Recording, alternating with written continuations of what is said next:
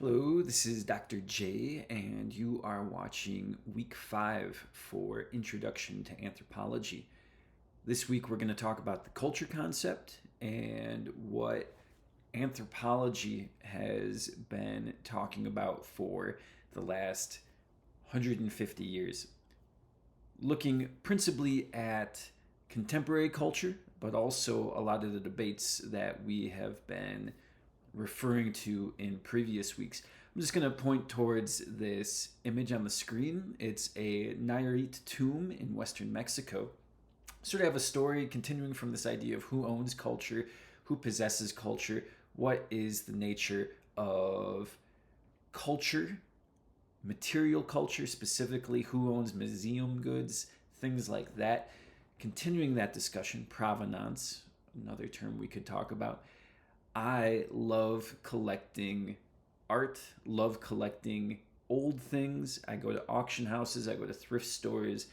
If you were with me here presently, I would be wearing some vintage type of clothing. And this is just what I do. It's my pastime, my hobby. And once I was on an auction website with a auction house down in Texas, and there was this really cool glass sculpture that looked to be somewhat like an Olmec sculpture, but it was glass and it was modern and it was signed by an artist. And I think I bid like $15 on it, and I wanted to possibly resell it for like 100. I was just sort of like, oh, maybe I can resell this, have it for a while, and put it in my collection and then resell it. And alongside this modern glass object, there were a few other ceramic items that I thought were just like tourist items. When people go down to Mexico, they go roadside stands of little figurines. So I went to Acapulco, whatever.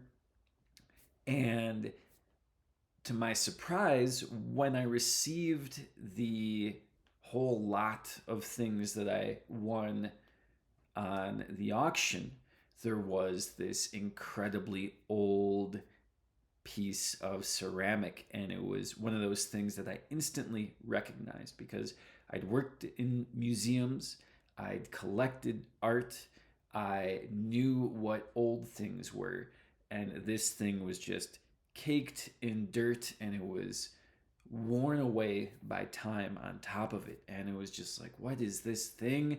It was, after really quick Google image reverse search, I found out it was a Nayarit burial offering. And I instantly had this existential crisis. I was like, what am I doing?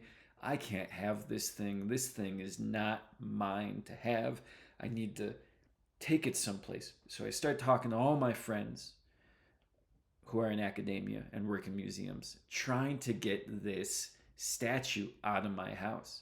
No one wanted to take it for the exact same reasons why I didn't want it. We had no idea who owned it, who was the ancestor of the person that made it, where it should go. So it stayed in my house. I put it next to some of the other religious objects I have in my house. I have sort of like a shrine like area where I have a bunch of different older objects that all have a religious connotation. One of the objects that I have, for example, I found this in a thrift store for like $5, and it was a old angel that came from an altar from France, or at very least it was produced in France.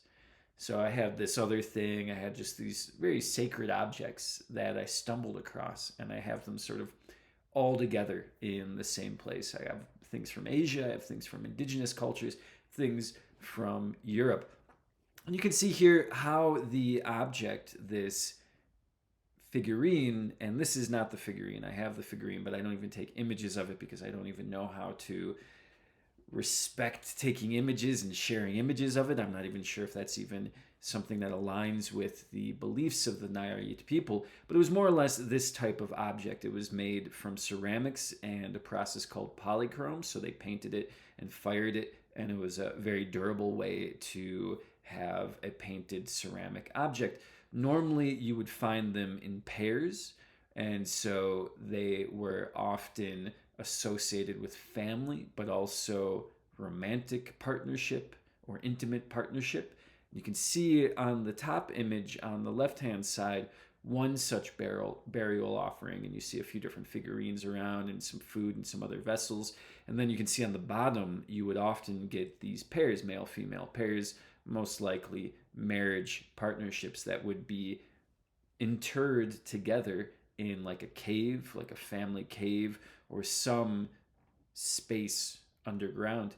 And someone, most likely what happened was, took that object, found it, a grave robber, possibly even someone who is descendant from the Nayarit people, found it, knew where it was, and then took it and sold it to an antiquities dealer, who then sold it to someone in Texas, who then died, put it up on auction, and it ended up in my house in this very precarious way. I don't want it, but now I'm sort of the shepherd of it.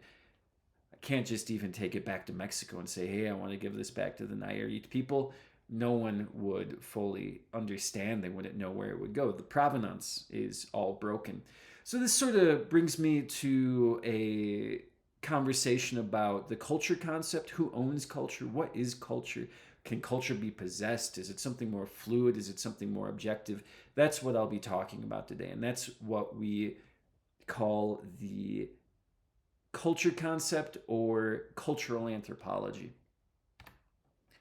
So what is the field? This is something that I'm going to be asking in your written assignments throughout the rest of the semester. What is the field? This is really important. I've spoken a little bit about going to Brazil, where I do field research. The field can take place in many different ways, shapes, and form. This is one of my favorite sets of pictures that have emerged throughout my career as an anthropologist. You can see a group of individuals who are very clearly painted shooting arrows up at what is an airplane. The airplane is occupied by a pilot and an anthropologist, and this is an uncontacted tribe in the middle of the Amazon. The responsibility of that anthropologist was to fly around in planes and observe uncontacted tribes. Obviously, you can see that the tribes, the indigenous population, are very reactionary towards seeing a plane, and this was most likely a very small, limited access, low powered, low flying plane. They're shooting arrows at it. They most likely know of European culture and colonization. I would bet the farm that they have had conversations with other indigenous groups, and they prefer to stay apart, to refuse that colonial state. So as an anthropologist, what do? You got to go up in a plane. They don't want to be talked to. They don't want to be touched. They don't want to be interacted with by the white world. So this Brazilian anthropologist got in a plane just to make sure to do a welfare check and flew over their village to make sure that everything looked copacetic. And you can tell there's just all these very different curious and sort of violent reactions to this very aggressive machine that probably has very little explanation in this indigenous community. So yes, what is the field? What is the way that we gather information? Are we objective? Do we seek more scientific data, or are we subjective? Do we seek more experiential data and firsthand personal observations? Are we looking at qualitative work? Are we looking at describing things and looking at context and looking at what people's opinions are and looking at how history unfolds? Or are we looking at quantitative analysis? So are we looking at numbers? Are we compiling statistics? And I sort of have this flipped here on the screen, but objective forms of analysis are often considered more quantitative and vice versa, and more subjective forms, more experiential, more personal opinion types of research are considered to be more qualitative for many different reasons. You have quality versus quantity, right? And sort of have that contrast going on here. So what is the field? How do we define it? As anthropologists, we're thinking very complexly. We're thinking holistically. There's many different ways we can ask and answer questions. A question of objectivity, we have scientific methods, we have research questions, and we have hypothesis. These are essential to the academic project. We have to have repeatable methodology, that's scientific method.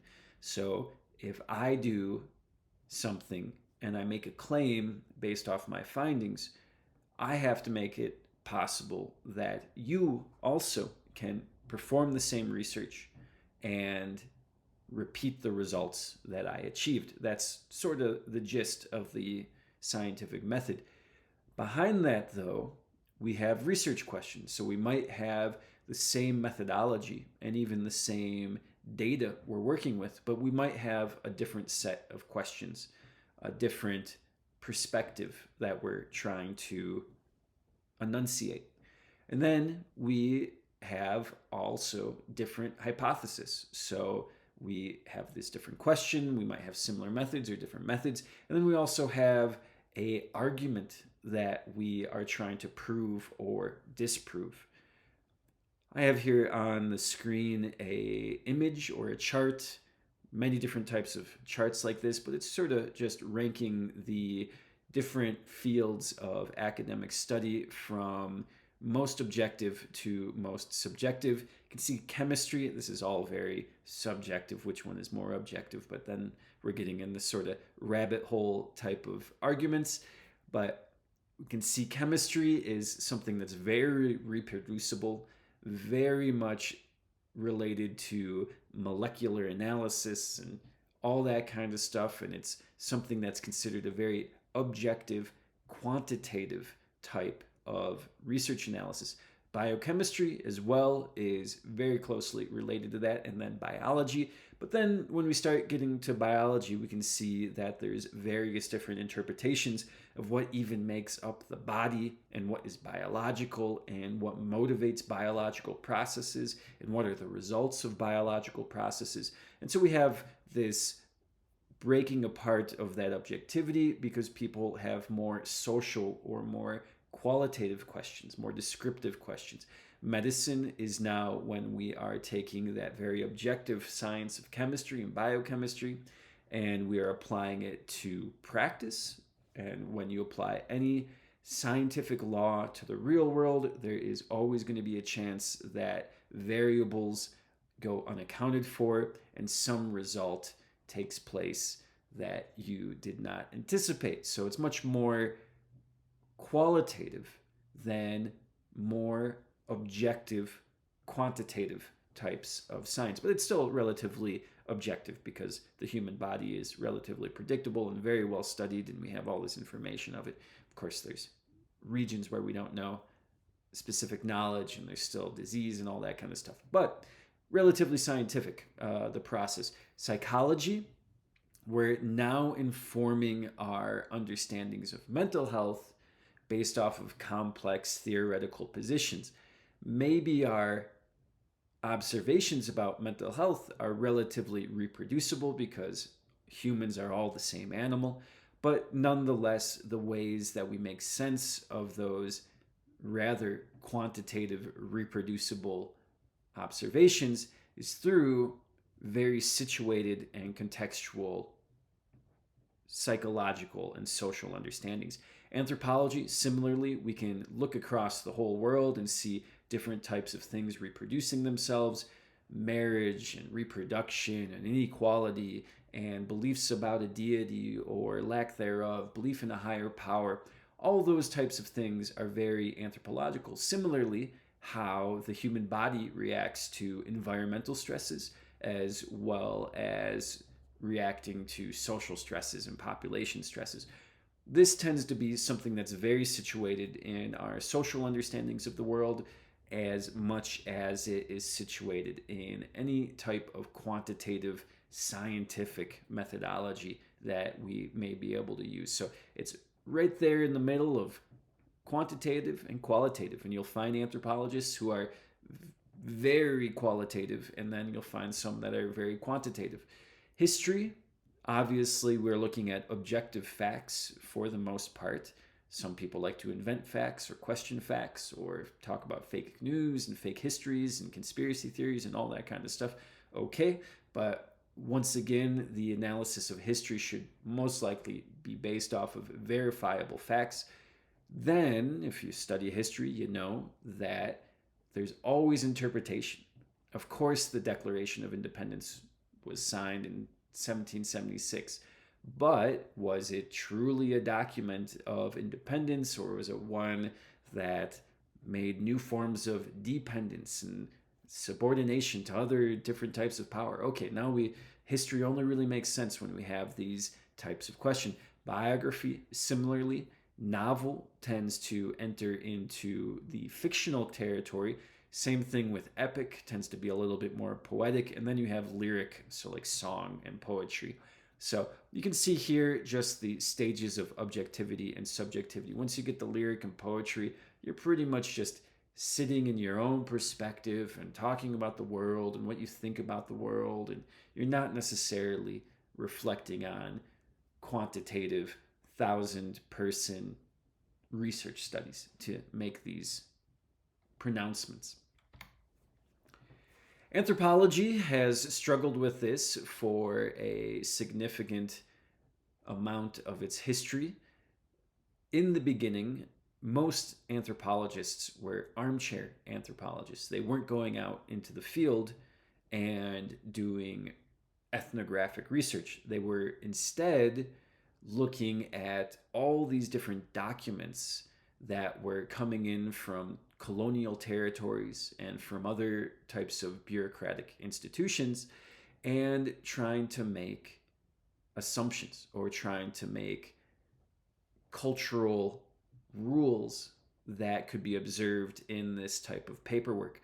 And during this time, you had some really interesting stuff. Of course, there was some really interesting data that they were producing. There was people noting down different languages for the first time, different species for the first time. This was also a time of colonization, so there was a great deal of loss rapidly of cultural traditions. And there were a number of anthropologists who were just thinking, we need to go and study everything. There's a threat to human culture, the diversity of human culture. And so we need to go out and try to understand what we're looking at.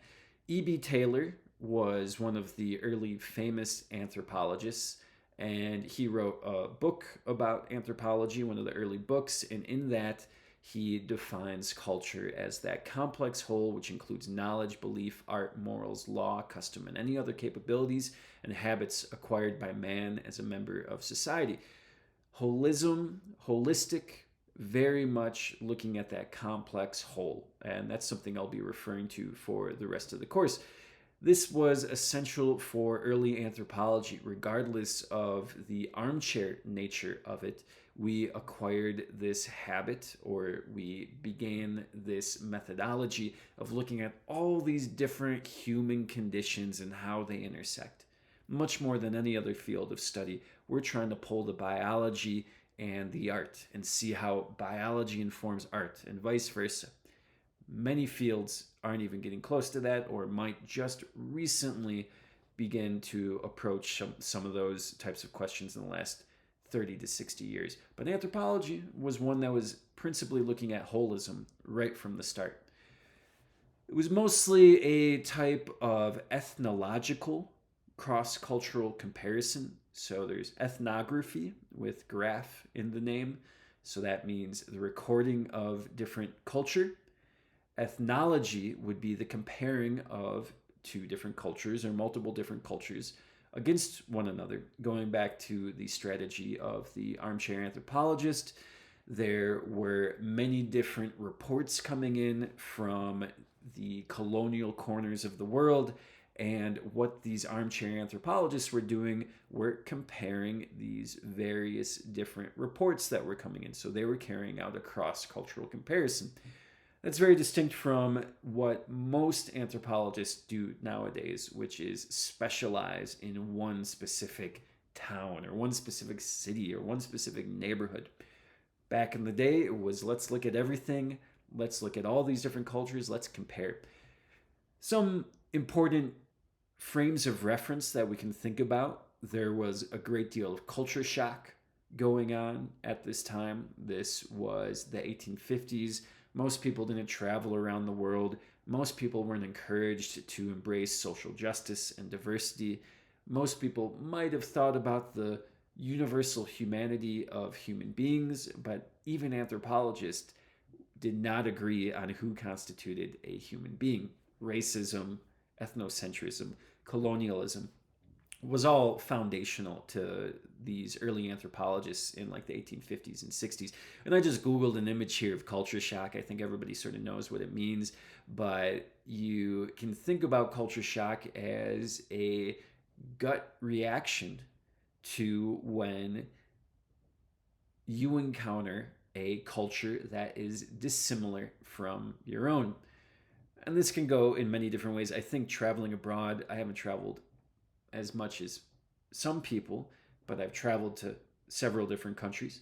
And often what really shocks me are some bathroom habits, and not even the habits. I don't even know what the habits are half the time, but just the resources that you can find in a bathroom outside the United States. The United States tends to have these very overbuilt bathrooms. But in Europe as well, tend to have these very overbuilt bathrooms. But when I go to South America, of course they have bathrooms, of course they have showers, of course they're very clean, but there's just some different habits about how you carry out bathroom etiquette. Bidets, for example, is something I think that's only becoming somewhat common in the United States, but it's not even becoming that common. Something that almost every Brazilian house has is a bidet. You also have things like toilet paper, throwing toilet paper in the toilet versus throwing it in a garbage bin next to it is also something that is rather shocking. So I can go on and on and on. Hopefully it didn't gross you out too much, but I think you sort of get the opinion. Oh, I got to throw this toilet paper in the garbage bin and I can't just throw it in the toilet and say goodbye to it forever. That was shocking for me when I first started traveling maybe 15 years ago. I think it's a good example. Apologies once again for getting a little gross. So we have this edic versus emic discussion. These are two very specific terms that mostly anthropologists use. I'm sure there's some other fields that use it, but I am pretty sure anthropologists came up with it, and they're the only ones that really have this conversation in their introductory classes. So edic is looking at the outside perspective of a specific cultural context or human context. And then emic is looking at the insider perspective of a given context or social environment. This also aligns with that idea of objectivity and subjectivity and qualitative versus quantitative. It aligns in very unique ways. But what we can see, I don't think it aligns necessarily anything that edic is inherently quantitative and objective, but rather what we see are two different categories of knowledge. One that tries to be possibly more objective than the other. Being an outsider, you feel like you might be removed from all the internal politics of a social setting. So you might feel like you're more objective. Whereas if you are an insider in any specific cultural context, you might also feel like you are more objective because you're not biased by some other type of culture, right? So we can talk about this and we can interpret this all day, but etic, the easiest way to remember, etic and outside, they both have these T sounds in the first syllable of their words, and then emic and inside are the opposite of that. And then somewhere in the middle, you got your reality. You got something that is closer to the truth, but most people are sort of stuck on the outside perspective or the inside perspective. Anthropologists really work hard to try to understand that middle knowledge, but it's a very difficult conversation to have. You got to break through a lot of biases, and you got to recognize that you'll never be an insider even if you understand what's going on. What is culture? Once again, that complex whole, which includes knowledge, belief, art, law, morals, customs, and any other capabilities and habits acquired by man as a society. Write this down. If you don't have it, I will be bringing it up throughout the course. This is like a key slide. I just advise you put this in your papers, put this in your discussion posts. You can see why this is really important to be objective and subjective, to be qualitative and quantitative, just really important.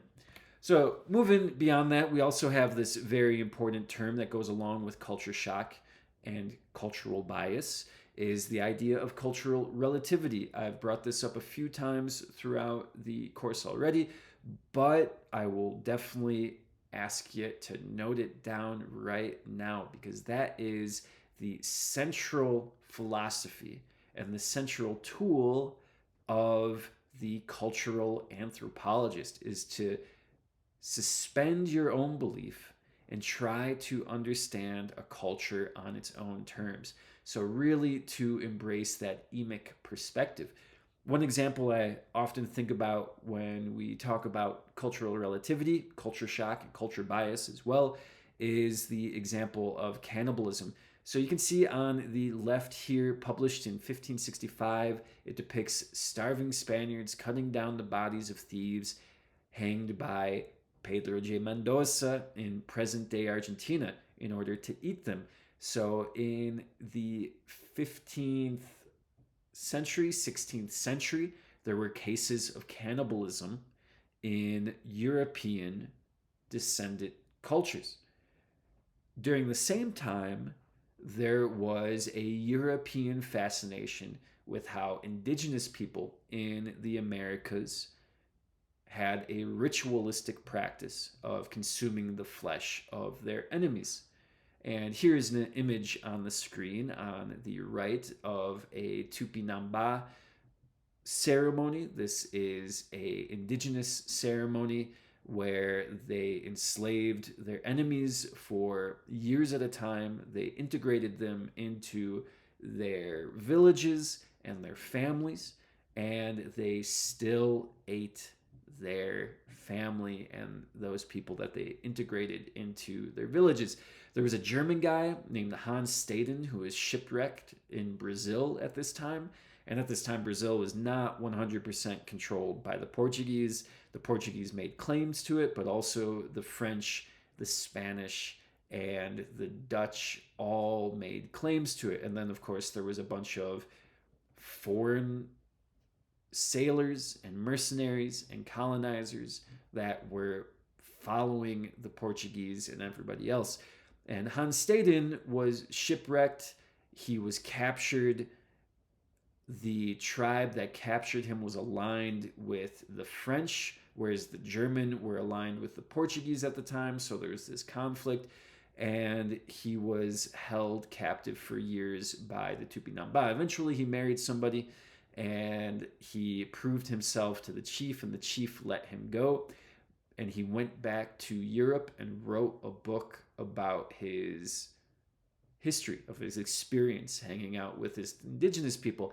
And one of the things he focused on was cannibalism. He was threatened with being eaten almost constantly by individuals. They were marrying him off to women in the community and then threatening to eat him all at the same time. And it was rather shocking. It was one of the number one produced books after the Bible for hundreds of years. And it helped to assert this idea that indigenous people are other, that indigenous people are savages, that indigenous people are not equal to Europeans. This, of course, ignored the fact that Europeans also, in times of scarcity, also had the practice of consuming human flesh. Now, the reason for the two groups consuming human flesh is obviously very different, but it may be seen as being more justifiable in the European context when Europeans are talking about it compared to when the indigenous population were doing it. Europeans did not want to accept that cannibalism was ritualistically important, ritualistically justified. Now, I'm not going to say I have an opinion of it. I might lean towards the idea of don't eat people, but at the same time, using this tool of cultural relativity, you are going to have to ask yourself, what makes sense with cannibalism when the Tupi are practicing it. It makes sense within their culture. It's a form of ritualistic cleansing, a ritualistic power grab, a ritualistic reproduction of how they viewed the universe. Similarly, you might be able to say you can justify the cannibalism that took place under the Spaniards because people had to survive. And the people that they ate might not have been as valued as the people who wanted to survive, right? So we can justify and look culturally, relativistically at any different social context and justify even things that you may find revolting and inhuman. How can we identify culture? I think, in my opinion, we have that holistic definition, but I think we can say anytime something is learned or shared. And I have this image here of Ruby Bridges. This image was shown on the walls of the White House. The Obamas put this image, this painting, right outside their bedroom when they lived in the White House between 2008 and 2016.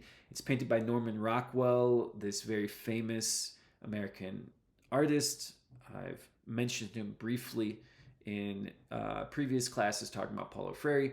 And you can just think, looking at this, Ruby Bridges is an African American girl. She's still alive today, a grown woman in her 60s or 70s. And she became a judge, I think. She was a lawyer and a professor and all these types of things. But she was just a little girl once, just trying to go and learn. And a white mob, a white riot, threw tomatoes at her. And she had to be protected by another group of individuals who were going to make sure that she made it to school on time. And this is all during like the segregated South, when it was illegal to have races mix.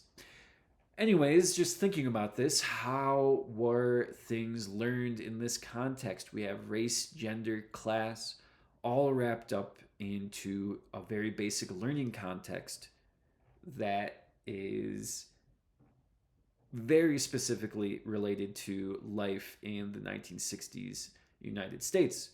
So how do we learn something? It's not just the information, but it's the context in which it is shared. It is who's sharing it. It is how people have access to knowledge, whether or not knowledge is privileged or is accessible to everybody. That all influences how we can look and identify different types of culture. What qualifies as data? Once again, quantitative versus qualitative. These qualitative different sets of data, we can refer to different types of classifications. We can look at marital status, political party, eye color, social status, job. Those types of things tend to be more qualitative. Experiences that took place, processes that took place. And then comparing that to quantitative, we can see that the data represents counts or measurements. Then we have discrete, so that is counted items, numbers of children, for example, defects per hour, miles traveled, all those types of things. And then we have continuous measured characteristics like weight and voltage, so the intensity of something. Early anthropology, continuing this, we had a history of naturalism as well. One of the first anthropologists and scientists in general in Wisconsin, talked about Wisconsin quite a bit in the course, and I will probably further on, was this guy named Increase A. Lampham. And he's sort of famous. He's got his name everywhere. I don't think anybody really knows what he did. But if you look at his findings, he mapped out almost every single indigenous site that we know of today that wasn't buried under dirt. He also found a rock formation that dates back possibly a billion years. He found every single just big object that was just sort of sitting there on the landscape, and he would go around in the 1850s and just collecting things. He also looked at indigenous tribes and went and he categorized and classified and interviewed people in indigenous tribes. This relates very similarly to the Darwinian process of just collecting samples, naturalism, taking samples and comparing them, putting them into categories, looking at their genealogy, thinking about embryology, comparing embryos, thinking about comparing the finch and the ways that the beak is different between different islands. That's all something that was present in early anthropology, just going out and surveying and looking for as much data relating to human existence as possible. And this map here, if you remember going back a few weeks looking at maps of Milwaukee, this is a map of what Milwaukee looked like, and Lampham mapped out all of the indigenous burial mounds, and those are essential for the Mississippian culture. And unfortunately, almost all of those mounds are unidentified. I've spoken to archaeologists in Milwaukee nowadays. Most of them are most likely underneath buildings. They were built on top of, they were moved, they were bulldozed, unfortunately, and we don't know the exact GPS location of them. But Lampham did, and he noted them down, and we just had this sort of crude form of documentation that is not necessarily as useful as anything else would be nowadays. So we have ethnography then going beyond that, and anthropologists, after being an armchair anthropologist, sitting around collecting data, there started to be these scholars that would go out into the field and spend time with indigenous people, learn their language, realize that you can't just learn anything about a culture just by reading about it. You got to go and interact with people. You got to go and talk to them about their everyday challenges. This relates very much to what you've watched with Jean Roche. He was recording culture of the jaguar, which was this sort of dandy, this playboy that was emerging in modern day Africa, decolonial Africa in the 1960s, a very worldly African young man, right? So that's what he was recording. That was the culture that he was trying to capture. He did it with a camera and he did it with a microphone. Others do it with a notebook. Others do it on social media or through television. So there's a bunch of different ways of recording culture and how it relates to broader human conditions. Ethnographic data can be both overt and covert. It can be something that's very explicit, surface level, easy to identify, or it can be something that's a little bit more secretive, something that's a type of knowledge that is not frequently shared with individuals. You can also have very public anthropology, so this goes along with that point number 3. But overt anthropology, you're going into a context and you are announcing yourself and saying, I'm an anthropologist doing ethnography, look at me. Whereas covert anthropology might be something where you don't necessarily announce yourself and exactly what you're doing. And for the most part, anthropologists are somewhat covert. We're never encouraged to lie, but we don't necessarily go around and tell everybody what we're doing all the time, just because it sort of spoils the game. It spoils the type of data that you collect. People find out that you are recording their ritual, and then they'll start doing their ritual differently, for example. There's also some ethical concerns when you don't divulge who you are. Most recently, there was an anthropologist whose father was part of the Pakistani Secret Service, so responsible for architecture of torture and political suppression and things like that. And then she went out and did research with the same people that her father prosecuted or persecuted, and did not tell those people that she was the daughter of her father, this person who most likely committed human rights violations and committed human rights violations against those people. So there was an overt opportunity there, like, hey, I'm descendant and related to this person, react to me. And she preferred to be covert. There was a big controversy about this, and she sort of got canceled. She still has her job out in California, a really good California school, but it's problematic. You have active versus passive observation. So you can go and participate in a specific ritual, a dance, a music event, a conversation, a fishing expedition, a hunting expedition, a birth, any different number of things. You can be an active participant, or you can be a fly on the wall and you can just sort of observe from a distance. without necessarily trying to influence what's going on. Once again, you have this public versus private, so this can align really well with some of these other terms, but I would say doing Carnival or Mardi Gras, the Brazilian Carnival, big street party, a million people on the street dancing all at once. You can go and do ethnography on that, and it would be absolutely impossible to go and tell people that you're doing ethnography, and it would be absolutely impossible not to participate. So you'd have to have an overt, active public ethnography that took place during Carnival versus in a private setting. You might go and hang out with someone when they're dying. And I have done that multiple times. And during that time, you might tell people, like, hey, I might talk about this later. But for the most part, you're sort of covertly just observing what's going on. You don't necessarily have an intention because people don't die every day in most situations. So you're not necessarily planning on it. So you're like, oh, I'm just going to sort of passively observe. I'm going to sort of make a mental note of this. I'm going to be a little bit more covert. And that's going to be an incredibly private space. So you're going to have to know how to manage personal information. If you ever do write about it, you got to go in and you got to see if you can announce to those people you're writing about what you're writing about. You have to go in and make sure you're not divulging any sensitive information and that you're respecting cultural norms, particularly when it comes to those private, intimate settings. There's a lot of interviews that go on. You want to talk to people, mostly when you're overt, active. You are going to go and have conversations with people, and you're going to record those conversations, and you're going to have transcripts and write about those conversations afterwards. You're going to have key interlocutors. We don't necessarily use the term informants. Informants is a little too exploitative or extractive. You can think you take knowledge from an informant, or an informant gives knowledge to you. Just the type of verbs that we use to describe these types of processes.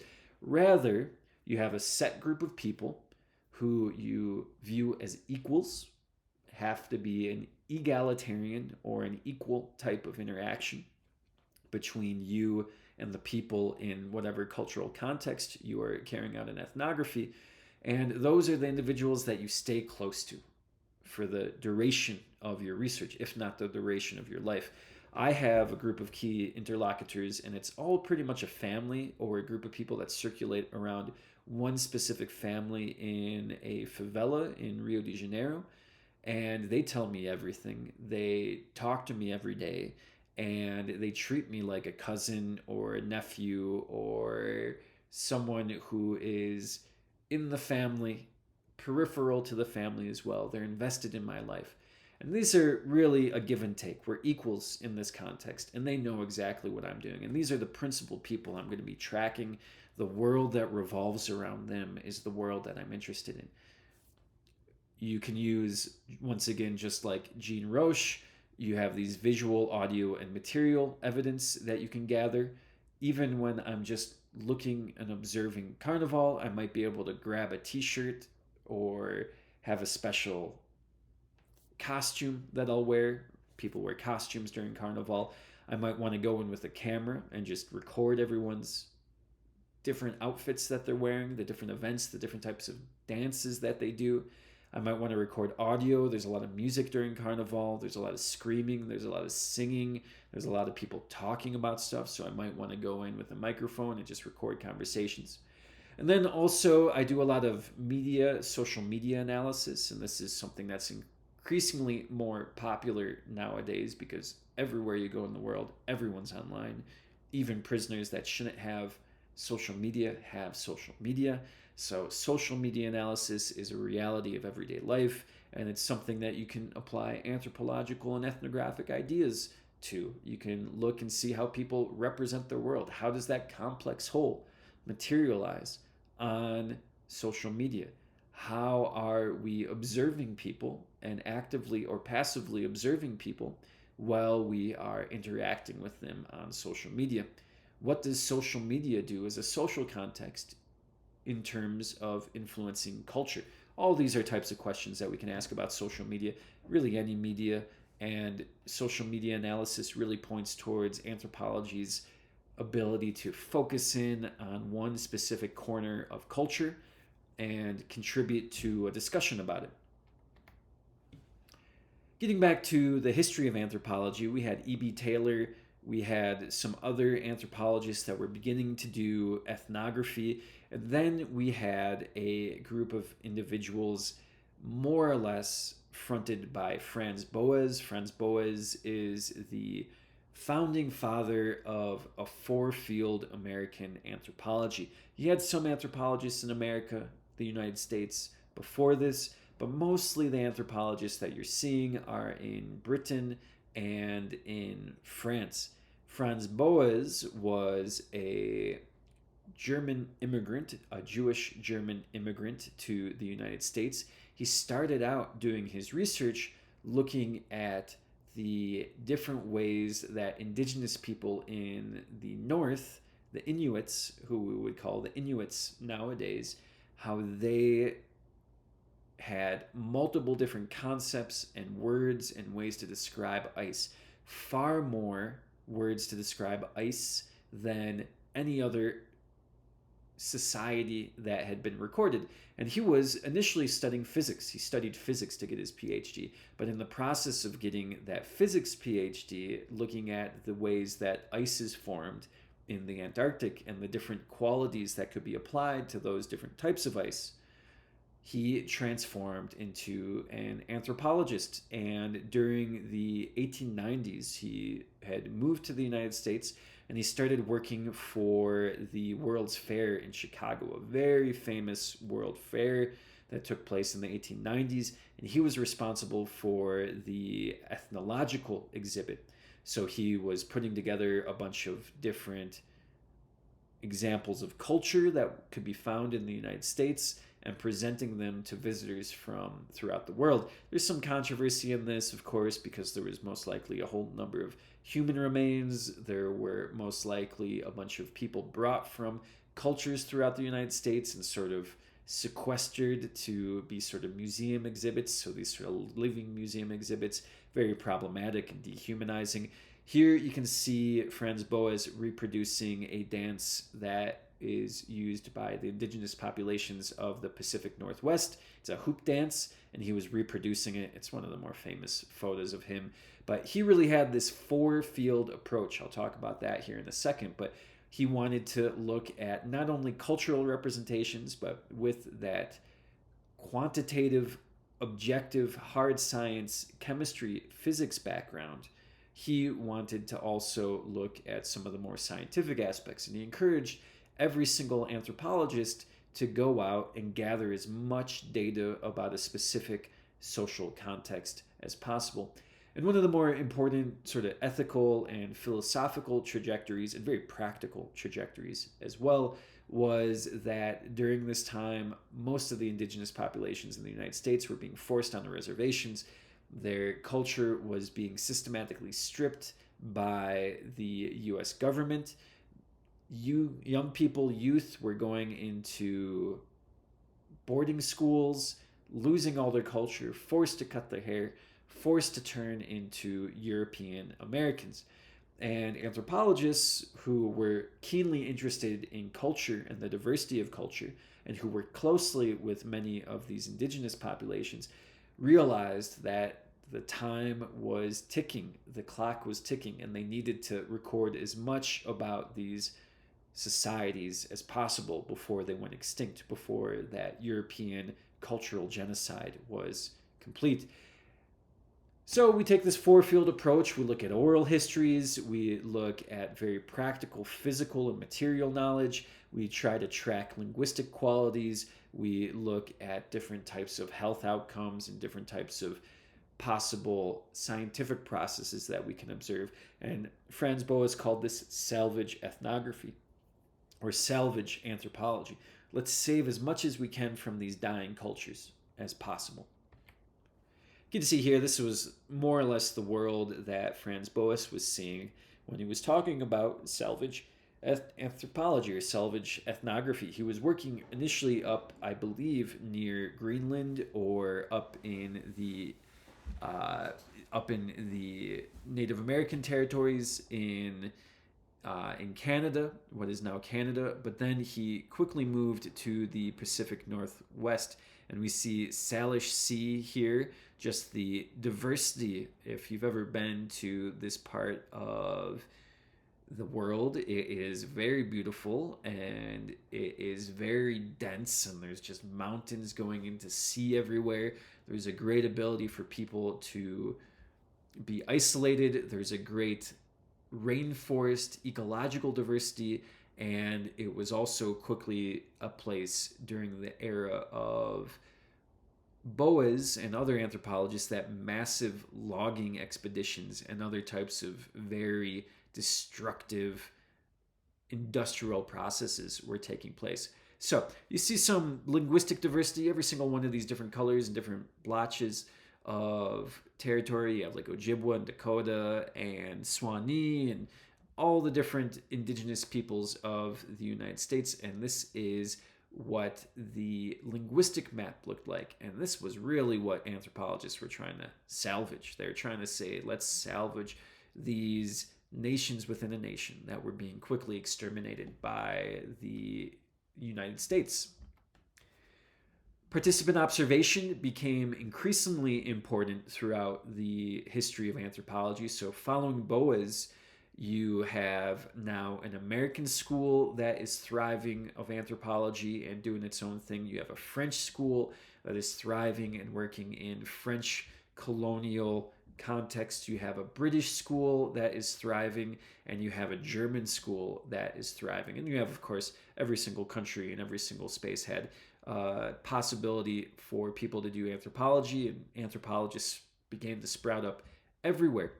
There was, at this time, and this is more or less like the 1910s to the 1930s, we see the outbreak of World War I. We see some of these sort of old colonial regimes topple and transform quickly into the post-World War II world that we know nowadays, dominated by the United States and sort of this post-colonial world.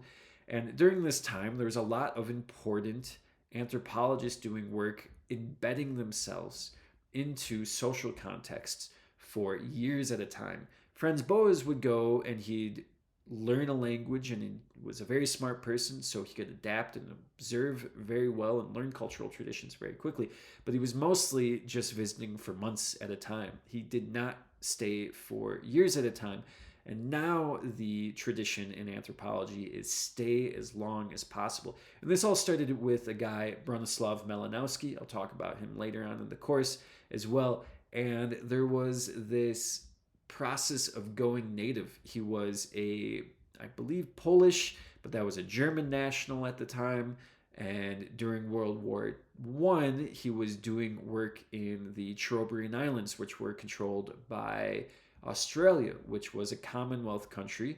So you had the British-aligned country where Bronislaw was doing research, and he was also an English-trained anthropologist, and he was also a Polish or German national at the time. So there was a war going on between those countries, and Bronislaw Malinowski was given the option to either go to a internment camp for Germans that existed on mainland Australia, or to stay on this island, this isolated island with the Trobriand Islanders.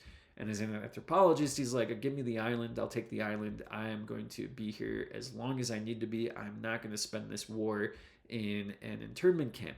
However nice I'll be treated, or however poorly I'll be treated, it's got to be better for me on this island. I like it here. And he, over the course of several years, during the course of the war, he went native. And this is a controversial term. I would definitely stay away from applying this towards yourself if you ever become accustomed to a new social or cultural environment. I, as a middle-class white dude from the United States, whenever I go to Brazil, if I say to people in the favela, oh, I'm going native, I know how to do all these things from the favela, and I too am someone from the favela, there'd be some people that would find it very amusing and really like to have a conversation with me about it, but there'd be a lot of people that would be very critical. So try not to use this term going native, but that's what people saw Malinowski doing. He went native, he got a wife, he moved to the island, he just immersed himself in the culture for 4 years. He had no option. And out of this 4 years worth of research, he produced like a bunch of books and just this seminal career. He was this person that abandoned everything and then became an anthropologist and embraced this other culture. There's this story that he tells about stepping off the veranda. He had the Trobriand Islanders build him a house, a small house that had a little veranda on it, and he would just sit on top of the hill on this veranda and look down on the village and just observe what was going on. And after a few months, he stepped off the veranda and he started just interacting with people every day in the community. And this is a metaphor for what anthropologists often have to go through. You're often seeing things from the edict perspective, from the outside. You're often struggling to go and integrate yourself into a different culture that's not your own. And you at one point step off the veranda. You at one point make the decision that I'm not going to be set in my own ways and I'm going to go and try to make this attempt to go native. So very complex metaphor. Malinowski was a person of his time. He was a man of his time. He was a white man hanging out with non-white peoples. He had a personal journal that he didn't publish. His wife, after he died, published it. It was full of racist things. He really had personal feelings that were very derogatory towards the indigenous people that he worked with. He married a underage girl so he could be integrated into the society, and no one's quite sure exactly what type of other boundaries he broke in that respect over the time. So definitely very problematic, definitely very ethically problematic. Participant observation, this idea of long-term hanging out, can have many different pitfalls. Some early critiques of anthropology, and coming from anthropology rather, were both feminist and indigenous critiques. So here we have a image of Margaret Mead. She's going and she's hanging out in the Samoas, and she was a young woman at this time. She hung out with a bunch of other young women in the Samoan Islands, and she looked at the sexual practices of adolescent girls at a time when, in Samoan culture, young adolescent girls were encouraged to be promiscuous. They were encouraged to have many sexual partners before they got married. Once they got married, of course, they were no longer allowed to be promiscuous.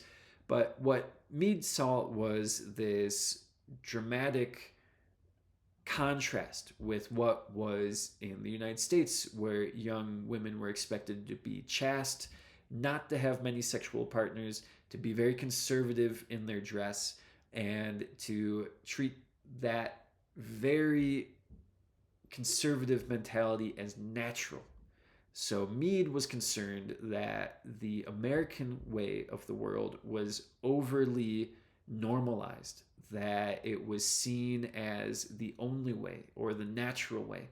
And by going to the by going to the Samoan Islands, she was able to observe a type of gender norm that differed significantly from what the United States was. And that other gender norm, the one that she observed, was equally natural and equally normal and equally healthy. She was a best-selling New York Times author and one of the more famous anthropologists out there. Similarly, so we have that feminist perspective. Let's challenge gender norms using anthropology. Let's also challenge ethnic and racial norms using anthropology. So there was early on many indigenous scholars coming from anthropology in comparison to other fields of study. Anthropology really embraced this holistic perspective. Many professors and educators were already working with indigenous people when they were doing field work, and this ultimately transitioned to people supporting indigenous students as they were developing their college programs across the country. So indigenous critique, using indigenous knowledge to critique the dominant US culture, for example, was something that was very common and continues to this day. Starting in the 1950s and 60s, the era after World War II, we see an era of postmodernism. The modernist era before the 1950s was one where white colonial powers thought they could objectively control and understand the world. The idea of objectivity is aligned with this idea of modernism. Many of you might think of modern as progressive or advanced. Sure, that's one aspect of it, but when people started using this term 200 years ago, it was also meant to be aligned with the scientific method. So not only were the modernist advances that took place during the 18th century something that were positive for humanity, they also made sense. They also were scientifically informed. They also were easily understandable once you sort of cracked that knowledge. And it was something that was very objective. After World War II, anthropologists and many other scholars start critiquing that idea of modernism, that idea that the world is knowable, the idea that the categories we have constructed about the world, particularly race, gender, and class, are universal. This is aligned with post-colonialism. There was a lot of scholars, not only in Europe and North America, but throughout the world, who are now questioning the role of anthropology in constructing knowledge, in creating these categories of ethnic and racial difference. And there was a lot of anthropologists that were very much invested in understanding African American culture and trying to understand the difference between African American culture and European culture. Most of this work is now sort of abandoned or looked at rather critically, because in the 1960s we had all these examples of how anthropologists were facilitating the colonial expansion of the West, of the European and North American world. So anthropologists then at this time wanted to start deconstructing that knowledge. They saw knowledge as something that was getting made. It was something that helped to perpetuate, to continue a specific type of power and control. Specifically, knowledge was all geared around the academic production of a supreme or white supremacy or European supremacist world. And in the post-colonial world, one where European supremacy had been distinctly challenged, specifically by World War II, we see that we want to deconstruct that knowledge. We want to say this knowledge has been used to exert power and control. And instead, what we can see and transition to is look at how identity functions, how individuals see the world. And that's probably one of the only true things that we all have, is how we all see the world. So a very significant transition to really focus on that very subjective perspective. And Michel Foucault, we'll talk about him later on in the course, but he was one of these forefathers of postmodernism. He looked at things like the prison and seeing how the forced acculturation that prisons do is very closely aligned with the school system. And so he makes this argument that prisons and schools, and in turn the colonial state that depended on prisons and schools, are all a type of power and control that inhabit the same field of knowledge, the same field of existence. We'll get into him for a whole class later on in the course. Since the 1960s, we had sort of a rough transition to our contemporary day and age. I've spoken a lot about ethics, and that's something when you go to grad school, and even when you do a little project for your undergraduate thesis, maybe you'll do like a week or a month worth of participant observation for an undergraduate thesis compared to master's where you'll spend a few months, and a PhD where you'll spend a year or more. Ethics are really important. You have to get approval from institutional review boards. These are committees of professors and professionals at most universities that receive federal funding. I think all universities that receive federal funding for research have to have an institutional review board. So they have to have these independent people that aren't directly involved in a given research project reviewing the ethics and the validity of what's being analyzed.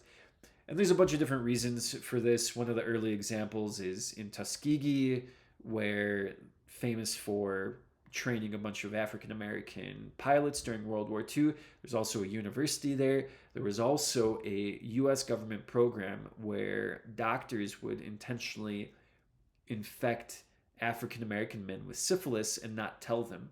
And that was one of the inspirations for institutional review boards. Another one was an anthropologist named Napoleon Chagnon, who went into a culture. We'll look a little bit more into this culture, the Yanomamo or the Yanomami, depends on who you ask how to pronounce it.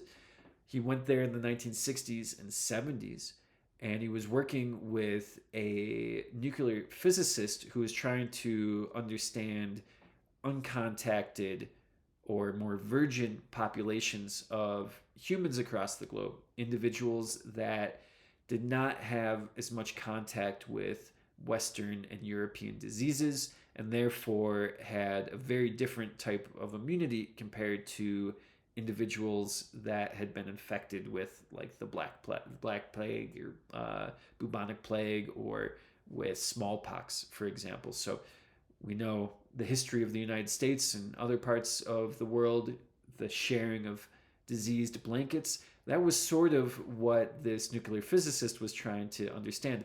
Napoleon Chagnon was the cultural advisor. He was there to communicate, to document different cultural realities that were taking place during this analysis. And also during this analysis, he was trading a lot of things. He was trading axes, and he was trading metal objects, and he was encouraging people to bring him goods to trade. He was also possibly trading things that could be considered weapons. He was possibly also working with people who were trading weapons, and he was getting the same grant funding as those people.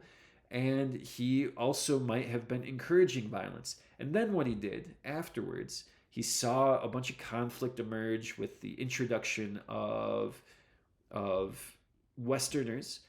He also oversaw the testing of a vaccine where half the Yanomamo population did not actually get the actual vaccine, and they were given a bad vaccine or an older vaccine that wasn't as effective. And they did this because they wanted to continue their study of virgin populations and how these vaccines work in different populations and all those kind of things. And it appeared that Napoleon Chagnon was not only presenting this group as violent, even though he might have been the cause of the violence, he also did not step up and see that his research partner, the one that was funding him, was doing this very unethical and deadly form of experimentation about vaccines. So now, anthropologists, anytime you go and you plan a study, you got to be really familiar with Napoleon Chagnon's work. He was very influential. The book he wrote, called The Fierce People, just talked about how the Yanomamo were really violent, and every single anthropologist who's been back there says, yeah, there is violence, but mostly this violence is like starving people and people getting chased out by loggers, and the only reason the loggers are coming is because all these other Westerners came in and documented everything and sort of mapped out the space. So, you know, it's the violence exists. It exists, sure, but these people aren't inherently violent, like Napoleon Chagnon is trying to suggest. And so nowadays, he just passed away recently, and nowadays he's sort of looked at as this sort of pariah, or this person that did some evil with anthropology. But during his life, a good majority of his life, his work, The Fierce People, were standard reads for introductory to anthropology classes. I'm not going to have you read it for this class for obvious reasons. You can also look at practices, and we can look at the idea of practice in all its different ideas. We have practice, the idea of trying to rehearse something. I think that's how we mostly use practice, or we try to prepare for a game, or we try to prepare for a concert. You can also look at practice as a type of habit, and I think you have to practice being a cigarette smoker. I used to smoke a pack a day. Haven't smoked for about 10 years now. And you have to have a habit. You have to have a practice of smoking cigarettes. You have to have a cultural setting that facilitates smoking cigarettes. I started smoking cigarettes like many people start smoking cigarettes. I wanted to be part of a social environment. At the time, it was a bunch of 16-year-old kids smoking cigarettes behind the library. But even as I went through college, I was still smoking cigarettes behind the library, just with undergrads and graduate students and sometimes professors. The moment I quit, I didn't lose any of those friends or anything like that, but I probably never would have made them. I never would have been invited into that social context. And the moment I quit, I had to adjust a bunch of different other practices that were tangential to me smoking cigarettes. Going outside, uh, drinking more coffee. I started drinking more coffee. Uh, Trying to be healthier and running. So that's exercise became an alternative practice. So I switched one practice for another. You can also think about medicine and all those types of professions that use the term practice. I don't do law, I practice law. You can never do law perfectly. You just practice it. I don't do medicine. I practice medicine. You can never practice medicine perfectly or do medicine perfectly. You can only practice it and hope that the outcome is successful. So practice can also be something that's professional. It can be a habit. It can be a ritual. It can be any number of things that we do consistently in order to maintain the social setting and the social dynamics in which we live. So practices, I'll talk a lot about practices. And anthropologists go to cultural settings and they observe practices all the time. You have rituals, which is very closely aligned with practices. Rituals, though, tend to have a more profound meaning. We can talk about the ritual of making coffee in the morning or the ritual of blowing out candles. Okay, those are two really significant and noteworthy rituals that most Americans practice. We can also look at a ritual like the one we have on the screen. If you're not Catholic, this is a very Catholic mass. Looks like there's a bunch of priests going and participating in the breaking of the offering or the breaking of the communion wafer. There's also wine there. I grew up Catholic. This is a very important ceremony and ritual practice where the priest is more or less transforming the wafer and the wine into the body of Jesus Christ and the blood of Jesus Christ. And so at the end of the ritual, or during the ritual, I should say, there was a process of transformation, ritual transformation. The priest transfers his religious authority to this bread, and there's a whole other conversation about how he got that religious authority, the ceremonies and rituals involved. And once he transfers it to that bread, you consume the flesh of another person. Once again, thinking about cannibalism, consuming the flesh of a dead part of the Trinity, of the godlike Trinity, right? And then by doing so, you are consuming part of that authority of the divinity. And when the ceremony is over, you are then changed. Your body is then being protected in some way by this ritual wafer and wine. So this is just one type of ritual. Every religion has rituals. I could make this seem much more ridiculous and abstract than it actually is. And I could also lean into very detailed ideas about how it fits into the social world of the Catholics that practice it. All of these rituals, all of these habits and these practices, these ceremonies that are very highly standardized, all have important social aspects that help maintain a specific social structure, but also allow for people to transform a little bit. So people don't want to stay the same. They want to better themselves. They want to be better within a specific social context. And ritual processes often facilitate that. You have social role. We'll talk a little bit about this, but here's a band society, one of the most basic forms of social organization. It is mostly family members, if not all family members. There's very little hierarchy. It is egalitarian, so no one possesses anything individually. There is only collective possession, and similarly, no one is allowed to be more powerful than another person. Obviously, there's people with more prestige, people are respected more than others, people are more capable to do things than others, and that is just a very basic human reality. But with this small level society, we don't necessarily have the fixed social roles like policeman or fireman or lawyer or doctor. Rather, we would have different types of social roles, a different concept of what even a social role is. So you might have a healer, you might have a storyteller, you may have a really good hunter. And those social roles are not necessarily as institutionally defined and legally defined as what we have in modern United States culture, but rather we would have this very complex social understanding that justifies someone's social role in a specific society. You can talk about age, you can talk about gender, you can talk about any number of different things that define a social role. And here you have that juwasi, got a little sound in there, juwasi, little click sound.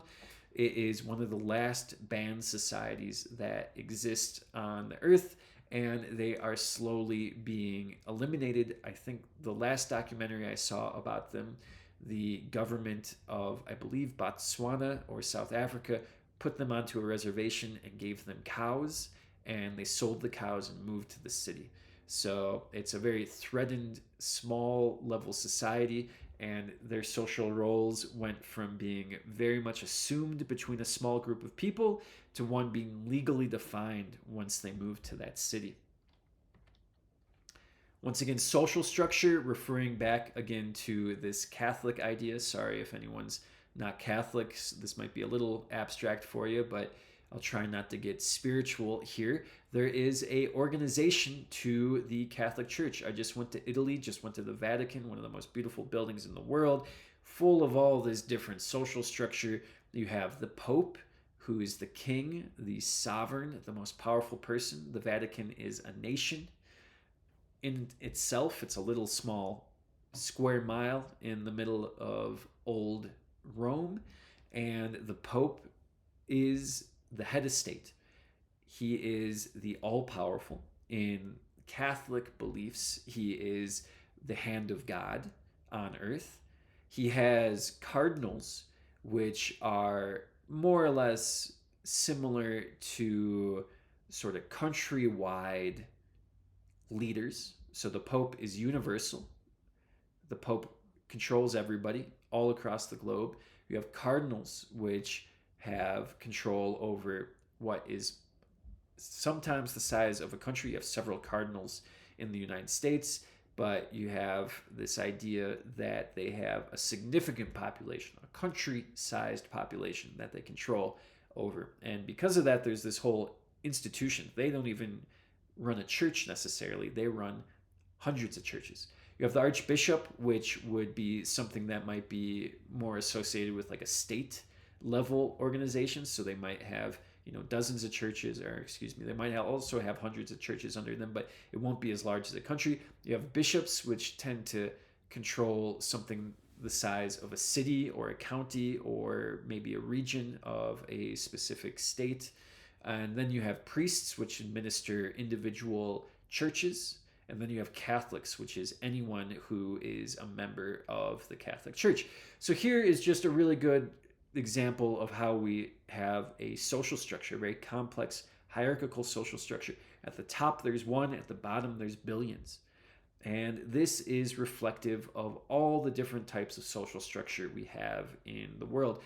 Even in communities like the Umbanda community or the Hare Krishna community, or in some other less hierarchical religious communities, you're still going to have a social structure where people have relatively defined roles, whether that is practitioner or patron, and that social stratification can be mapped out. And so anthropologists are really interested in looking at not just the role individuals have in a given society, but how those roles relate to one another, how power is shaped through those roles, and how decisions and social processes play out given that specific social structure and social stratification and the roles that are defined.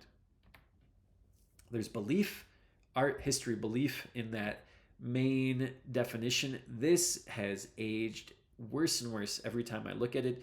The image on the screen is an AI generated image of God from 2022. So, relatively recent, but it looks very abstract and different. If you looked at a AI generated image of God today, it would look very much like an actual person, whereas this image is just a bunch of clouds clashing with one another. It almost is a better representation of what a divine power is than maybe something that would be like a cartoon or something. But here we have me expressing my beliefs. If there is a divine power, which I won't get into whether I believe there is or not, but if there is, I would believe that possibly there is a more abstract form that it takes. It's not going to look just like me. I'm not that egotistical. The world doesn't look like me. Other humans don't look like me. The galaxy and the universe doesn't look like me. So I would assume that this is what a deity looks like. I believe this is what a deity would look like, opposed to maybe like a 6'5" white dude with a beard and long gray hair. I don't know if that's what a deity looks like. So we have these ideas of beliefs, right? These change person to person, community to community. We can document them. We can see how different beliefs, even within the same society, don't necessarily align. It can be something very divine. It can be something political. It can be something everyday about what food is better than another. But these are all things that we can document and observe and even participate in. Then on top of this, you have the worldview of individuals. So if a belief is something closer to a spiritual thing or a cultural thing, then you can have the complementing part of that, which is something that's much more of how do I believe the world is structured outside or parallel to my beliefs. And just one stat, and this is from the 2020 election, sort of blew my mind when I saw it. Percentage of registered US Catholic voters on their likelihood of voting for Trump in 2020. Now, I'm an anthropologist. I might be like an anarchist, far left, liberal, socialist, communist, something like that. But I'm not necessarily a Democrat or anything like that, but I have this sort of perspective, right? I have this academic perspective. I've got a very wide open perspective on the world. I don't judge people. I'm very accepting of, what's happening. I believe everyone should be equal, all that kind of stuff. But I'm also a Catholic. I grew up Catholic, and I thought most Catholics were really conservative. And that's probably because I wasn't talking to enough Catholics. And if you look here, I was just shocked to see that more Catholics voted for Democrat than voted for Republican. And you can see that the intention here was that they were sure to vote. Some were never going to vote, which was also interesting as well. So the people that were sure to vote, they had a worldview that sort of clashed with the Catholic worldview. And if you go to church, I don't go to church too often. I might go for like a special day like Christmas or something with my family. But if you go to church, it's a very conservative place. Abortion is not good. Women are encouraged to maintain social roles that are subordinate to men. And there's also just a bunch of old Catholic social systems and beliefs that have to get sort of worked out. And of course, there's, this is just a really good example of how not all Catholics are the same. Even not all priests are the same. Not all priests have the same political ambitions and the same political beliefs. There's priests that worked with dictatorships and priests that have been imprisoned by dictatorships. So worldview and beliefs aren't necessarily one and the same thing. How we see our politics, how we believe the world exists, might not be the same as what we believe about the ethics or the spiritual nature of the world. You have this idea of primitive culture. We're going to stay away from the idea of primitive or advanced culture, but during the 18th, 19th, and 20th century, you see a lot of cultural scholars, a lot of anthropologists focusing on this idea of primitive culture, a culture that is non-Western, non-European, one that is not as industrially or scientifically advanced as the European countries. And here you have just one example of a book that was produced, and I believe this was produced in the 1870s, and someone, maybe a little bit later, but someone printed it. You have the white race, the, I believe it's yellow race, and then the black race. It's all in German, and you have these stereotypes about what type of technological and industrial advance is associated with these races. And of course, they align with Europeans, Asian, and Africans. Just even the ways that these races are described are somewhat racist. Some of these associations are somewhat racist. And also, they assume when you say that this culture here is primitive and this culture here is advanced, that the advanced culture then is capable of dominating the less advanced culture. And so this is where anthropologists came in and said, hey, look at this primitive culture here. And then the politicians and the military would say, oh, that's a primitive culture. Let's go and colonize them. And this is aligned with the idea of cultural evolutionism. Similarly, we're going to talk about this, but we're not going to believe in it for this course. Cultural evolutionism is the idea that each and every race, each and every culture goes through the same path of evolution from primitive to modern. And this, of course, has been proven time and again to be incorrect, because you take an individual from a quote-unquote primitive culture and you put them in a quote-unquote modern culture, and they will do just fine. So if culture is so important, and if there's this evolutionary track that goes on, why is it so easy for people to traverse? Why are there examples of societies taking leapfrog steps in terms of their evolution, quote-unquote evolution? And once again, this is also a way for white scholars in white countries to say we are more evolved than non-white countries. And this allows us to dominate them and do these sort of heavy-handed things. Very problematic, very racist, something that we are going to police ourselves when we're talking and comparing all the different cultures that we're talking about in this course. You have the idea of the wink and the twitch. Another way to say this is the meaning versus the action. This was a contrast that was first embraced by Clifford Geertz in anthropology. This is a 1970s scholar. We can think about postmodernism. We're deconstructing every type of knowledge. Every type of knowledge has more than one meaning. Even if I say the word no to a request you might make, can I turn my homework in late? No. You're going to be like, okay, I can't turn my homework in late, but maybe I can get an extension, or maybe I can get extra credit for it, or maybe there's options, right? There's other alternatives to it. There's not just one way to respond or understand that term no.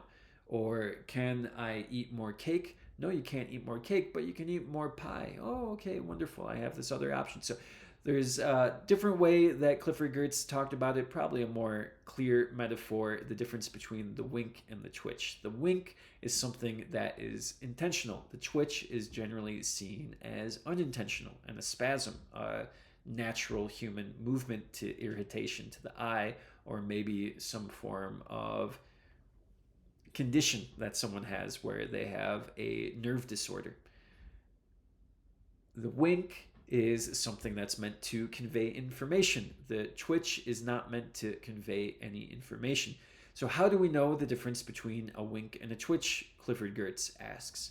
We have all this cultural knowledge. We can situate this knowledge within a broader society. We can look and see that there is meaning even in things that are meaningless. So here I have a nice old image of Zach here. You might recognize Zach from the High School Musical films, if you ever watched those. Getting pretty old now. I think they might be 15, 20 years old. Zac Efron here. He is doing a really bad job at acting like he's winking, and it almost looks like a twitch. But as an actor, we know that this is sort of a fake wink. This is a wink that an actor is doing. So he's not actually in the real world. He's winking, so he's communicating between one character and another. But then we also know that Zac Efron, the real person, was faking that wink, and faking that wink to some extent in this fictional scenario that it looked like a twitch. So there's all these different ways that we can interpret it. It's not just a wink. It's not just conveying one type of knowledge. It's conveying all these different types of knowledge. And similarly, anthropologists, when we go to different cultural contexts, we can't just say there's one way to understand things. We always have to be sort of a devil's advocate for the thing that is not necessarily discussed. Once again, a critique of cultural evolutionism. This is sort of out of order a little bit. I apologize for that, but we can see that there's unilineal and multilineal evolution. So unilineal is that just one singular path that human culture or evolution, biological evolution takes. We also have multilinear evolution. So we have that idea of multiple different branches on an evolutionary tree, all different types of evolution, all taking place at the same time, all looking different, all taking different paths, and all sort of ending up in the same place. So unilineal evolution, that one singular type of evolution, is one that in a cultural anthropology context would embrace this very simple idea that we're going from savagery to barbarism to civilization. This is something that people in the 1850s believed. Whereas nowadays, we would much rather embrace a multilinear evolution when it comes to culture, when it comes to biology, when it comes to any single type of discussion where we're trying to rank things in order or put things in some type of order. There's not just a single path. There's multiple different types of path. We can also look at the idea of isolation and diffusion.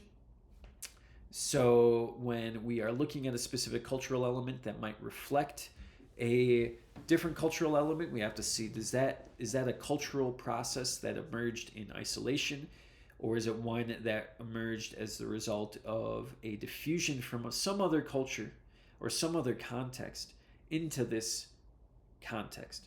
Was this a cultural trait that developed by itself, or was it part of a broader human reality? So I would say something like marriage most likely developed rather naturally in isolation in a bunch of different societies, and we can see marriage looks different in almost every single society. Even when we go from the United States to Canada, we might say that husband and wives treat each other a little bit differently. Whereas if we look at diffusion, we can see that social media more or less started to diffuse from Silicon Valley in the late 1990s, and it's diffused to all these different parts of the world that can claim their own type and their own presence on social media. But it's nonetheless something that diffused, that disseminated, that spread out from one place into all other places. It did not develop in isolation. We also look at historical particularism, the idea that each society and each context has a particular history that explains how they came to be. So we can then see a broader contrast between Taylor, that complex whole, and Boas. So we have that complex whole, which was sort of like a unilinear type of discussion as well, for various different reasons, particularly when we're looking at that complex whole that all leads to modernity.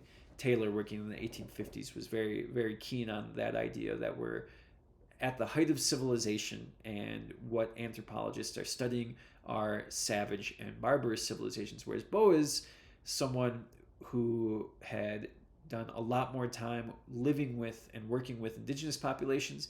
He was also Jewish at a time when anti-Semitism was much more violent and everyday in professional world.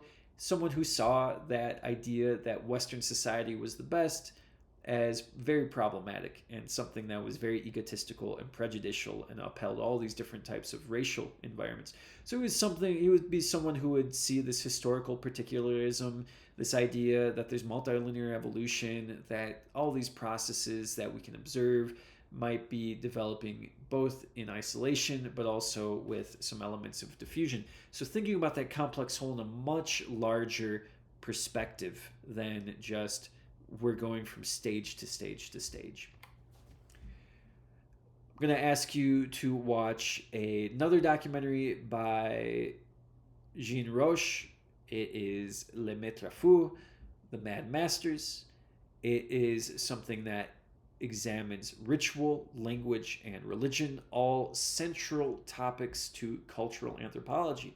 I've mentioned language or words, I've mentioned religion, and I've mentioned ritual already earlier on in the course. Le Maître Fou is about a group of marginalized individuals. I'm sort of using terminology from 2025 here, maybe not a term that Roche would be using in 1954, but marginalized individuals in post-colonial Africa that were going from the main city. So there was people that were digging ditches and people that were delivery boys, and they would go to the interior into the woods, and they would incorporate, they would take on the spirit of former colonial administrators. So these marginalized individuals would enter a trance-like state where the spirit of these administrators would enter their body, and then they would play out and they would perform and they would practice what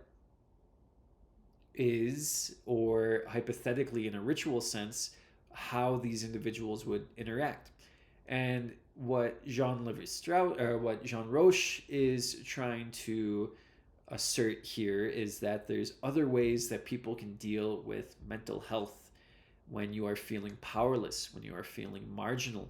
Some people might go to a psychiatrist, or they might go to some form of therapist, or they might seek some form of religious guidance. And this is not something that is unique to Western society. Rather, though, if we use cultural relativity, we can see that this performance is something that is grounded deeply in the everyday realities and concerns of individuals. It just doesn't conform to the Western notion of care and therapy and ritual. I will warn you, I'll do a little sort of cursor. When you watch this video, it can get a little hectic because people are foaming at the mouth. There is alcohol involved. I'm not sure if there's any other chemical involved, but Jean Roche probably would have noted if there was a different type of drug. People are just incorporating. They're just going into trance through their natural physical processes. But some people find it a little disturbing, so prepare yourself for that. And then also, they do sacrifice a dog in the movie. They don't show the dog getting killed, but they do show a dog, and then they show people eating the dog later. That once you see the dog come on screen, fast forward 2 minutes and you'll skip any of that nastiness. But what's important, and this is something that's really interesting for cultural anthropologists, Le Maître Fou is showing a ritual. Ritual tends to take place in 3 parts. Sort of alluded to this just now. You have the disintegration, or the entering of the ritual space, where you're leaving the dominant world, and with that you're leaving behind all the rules and all the beliefs of the dominant world, and you're entering a very specific ritual space where there's unique specific types of understandings. You enter a liminal phase where there's sort of this transformation that takes place. You're going through a ritual transformation. Often you have to see an inversion or a reversal of cultural norms. So this is why in the movie they consume a dog. It's taboo. But in the ritual space, they're subverting all the social norms, and so they're going to convert that dog. And by converting that norm, by consuming that dog, they are assuming a whole level of power that is not normally accessible to them. And similarly, they're not going in trances every day. This is something that only takes place in this liminal space, this sort of in-between space. Liminal means in between. So this liminal in-between space. And then you have integration. So you have disintegration, liminality, and then integration. And that's when people sort of solve their problems. They go into a space, they do this taboo activity, and then they leave having left all the things that were bad behind. So, disintegration of social norms, liminality, and in between space where you can do taboo, and then reintegration or integration where you can go back to society having been changed slightly, not necessarily being a different person, but someone who has excised what has been bothering them. So this is like just a really good classic documentary. It's short. Take a look at it. Keep note of these issues that I was just talking about. This also sort of aligns with ethnofiction. So Jean Roche's two works, it's not necessarily clear how much of it's staged. There's definitely real people in all of them, and people seem to be participating in the documentation of what's going on. But the question then asks, how much of it is planned? How much is it created just for the anthropologist, which is also a very problematic thing. There's been a lot of times where people have offered to do things for me because I found them curious. And it's like, no, they just have to happen. You can't force them. You can't force people to get in arguments, or you can't force people to resolve conflicts, or you can't force people to go and express themselves in specific ways. That just has to happen. But ethnographers tend to arrange and plan out scenes, especially when it's like filmography and when they're trying to put this stuff down on film. One of the earliest documentaries, if not the earliest documentary, was Nanook of the North. It was tracking what we would say an Inuit nowadays, someone who lives in the frigid northernmost part of the world. Indigenous population, they rely on seal hunting, igloos. You might have also heard the term Eskimo. We don't want to use that term too lightly. There are some communities that still use the term Eskimo, but there are some other communities that have been assigned the title Eskimo that don't like it because it was assigned to them by white people and it doesn't necessarily align with how they see themselves. So you have this individual, this indigenous individual, Nanook, that's not his actual name. He was hired by a white person to go and more or less perform a ritual seal hunt. And you can tell just watching it, almost every single one of the scenes is staged. Like he's waking up in his igloo with his family. He's going hunting. It's perfectly filmed. The camera is below the ice sometimes. So it's not just letting things happen. It's like, oh, I'm going to put the camera below the ice and then you're going to go fish. So this is something that we see Jean Roche do a few times in the Mad Masters. We're not sure necessarily if he's doing it. That's been sort of a debate, but in Jaguar, it's definitely a form of ethnofiction. He's definitely talking to his interlocutors and he's saying, hey, I want to present your culture in a specific way. Can you do these things for me or help me present your culture? So anthropology then is sort of shared. The responsibility of telling the story is between the people that are being represented and the people doing the representing. Ethnographic film has always been somewhat planned and the narrative has always been sort of determined beforehand. The question we can ask then is, do we reinforce stereotypes or do we allow people to speak their truth? And then also, how are interlocutors also collaborators in this research? And one thing looking at Nanook of the North, it definitely plays off like a 1920s movie. There's some sort of comical things that take place, even though it's meant to be serious, just with like the old-timey way of producing films. And then you can also see how technology influences the way that we learn about culture and we share culture. This was a silent film era. If you watch the film, it's going to have that like piano playing in the background. It's going to have those cue cards that show up, those title cards that show up and tell you exactly what's happening when you're watching it. Nanook's doing this, Nanook's doing that. So just a consideration once we're going and doing ethnography. So we're writing down, we're doing graphy of ethnicity. We're we're graphing out ethnicity. We can also look at the types of fictions we tell about ethnicity. Just inherently, the process of anthropology and ethnography has all these different considerations, and we got to consider what types of fictions we believe.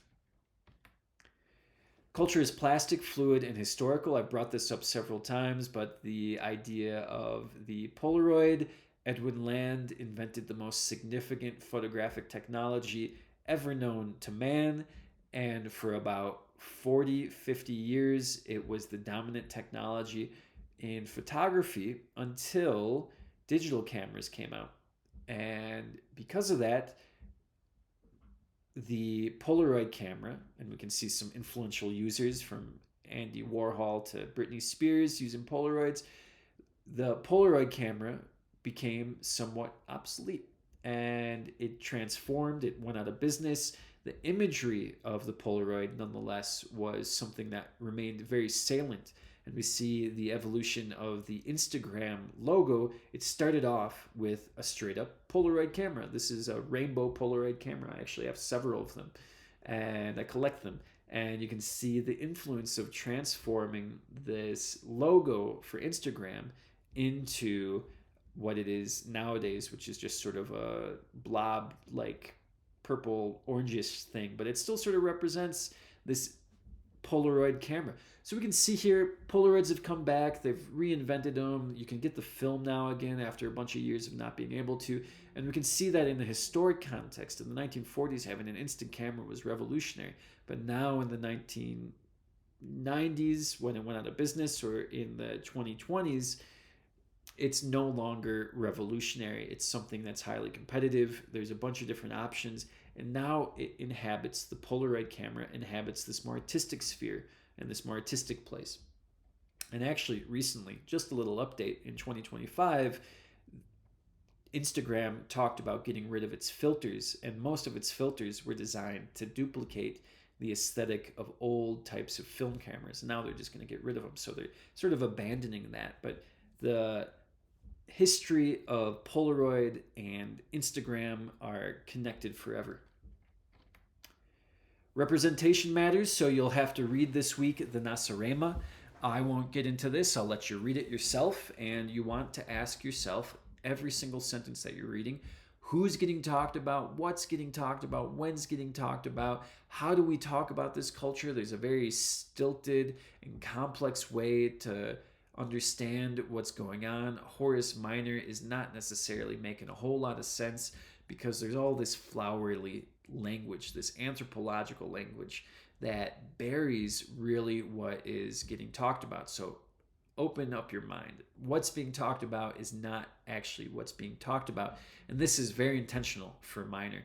How does anthropology or anthropological language help or hurt what we know about being human? And what we see in this example, and you'll have to figure out this by yourself, but it's pretty obvious. What is Horace Minor trying to say about anthropology and the way that we conduct knowledge? He's trying to say that it is incredibly distorting of the realities that we live day by day. This distortion might be just a necessity, a necessary evil, but nonetheless, we have to recognize it and we have to acknowledge it. So what culture is the Nasarema? Who are the Nasarema? There's a very specific example. Got to use some critical thinking. This guy's trying to trick you. So in conclusion, we can see culture is relative. Culture is holistic. Culture changes. It's plastic. Our natural world is defined through a cultural lens. So all of these things that we were learning earlier on in the course about apes and Homo sapien and the archaeological knowledge that we can find digging in the dirt, all of those things are inherently defined by our cultural reality, by the language we use, by the traditions and the histories in which we inhabit. And then humans are similarly more culturally defined than any other animal. If anything, we are the cultural animal. That is our evolutionary advantage.